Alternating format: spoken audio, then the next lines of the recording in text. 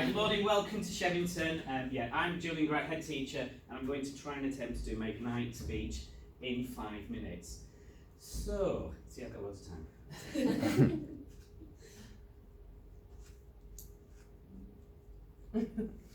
Right, so what stand out about Shevington? Thought long and hard on this one, and one of them is actually how as leaders we've stimulated significant culture change and really transformed the mindset of the staff, the students and the parents. I think that's fundamental of one of our standout categories. The other one is obviously student agency. That's ownership of learning for us, and we've really looked at the pedagogy, the curriculum and also the coaching. Coaching is absolutely essential to what we do.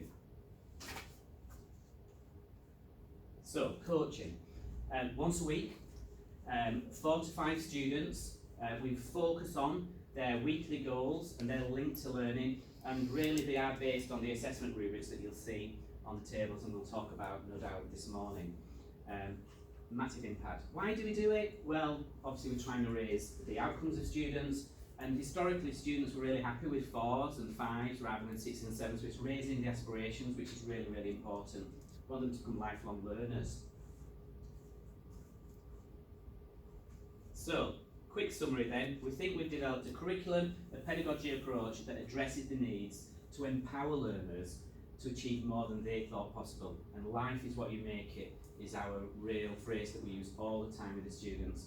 And that's a young lady doing a presentation to our Year 7 colleagues. So, context about school. We are a small LA school, so we're not linked to a trust or any other groups of schools, apart from we do collaborate within the KED global network, where we do find it's really great to just work with other innovative leaders. So the KED network then, big group of schools from Sweden, Netherlands, the US, Saudi, and we work together, sharing obviously, developing pedagogy and approaches towards student outcomes and learning and agency. Now how we've done it, the big one for us is that our teachers, we always say you're a teacher, you're a coach and you're a team player. And that's really essential because we've had to develop pedagogy, redesign curriculum and really look at how we create these opportunities for students to own their learning. And so that's a really, really important factor. The other thing we've done, and I've tried to coin the phrase, we've actually done what I call reflective analytical leadership, where we've tried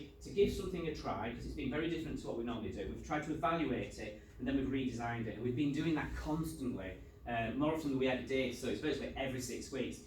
This slide here is us, all the things that we've done over the 3 years really, from missions presentations, we've used Google Drive, we're now on Real Smart, we've got portals, we've done extreme classrooms, we've done so much in such a short period of time, but it's all around sale, it's all around agency. So, life is what you make it. We've really focused on developing 21st century skills. So this is in the logbook, this is our future skills that we try and log and get students to reflect on as they're doing some of the missions and the work they do within the curriculum. And this is how we've developed whole school culture. Again, changing the school culture is really hard, so to try and get everybody involved is one of the things we've done.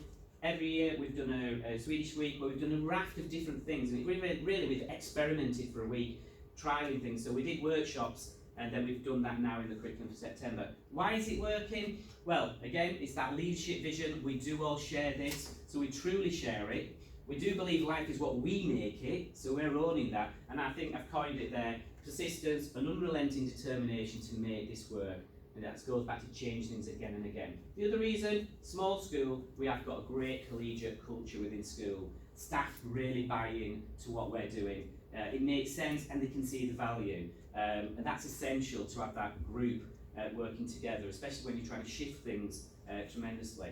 The other reason why it works, students. Our students are amazing. We've got high participation, we've got high attendance to coaching. Over 90% of students attend coaching. They're hungry for the challenge, they love the theme work, and they really enjoy the missions. And what they also love is the rubrics, where they can have clear criteria of what they need to do to succeed. Missions then. Missions for us is where we're trying to demonstrate mastery, show how we've developed our future skills, and we've done all sorts of things from exhibitions, news reports, presentations, there's digital work they do, there's an array of things that they get to show how well they've mastered the work they've been studying.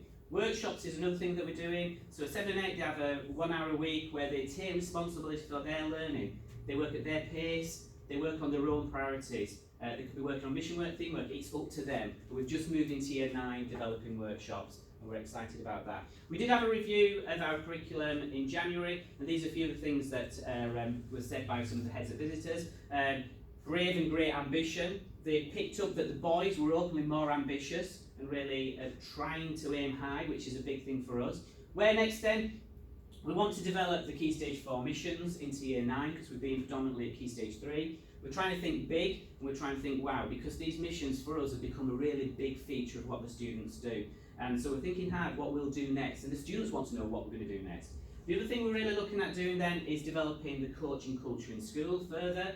We're looking at implementing a rubric to kind of assess how effective our coaches are, so we can help develop that skill for the staff. And then also we're trying to develop a coaching culture ourselves with staff where we're coaching each other. So the challenge for you and for validation, what we're really looking for, the big questions today is how can we improve coaching to further improve student agency? That's number one. And then the other one is how can we ensure Year 9 curriculum continues to drive sale as we're moving into Key Stage 4. Thank you.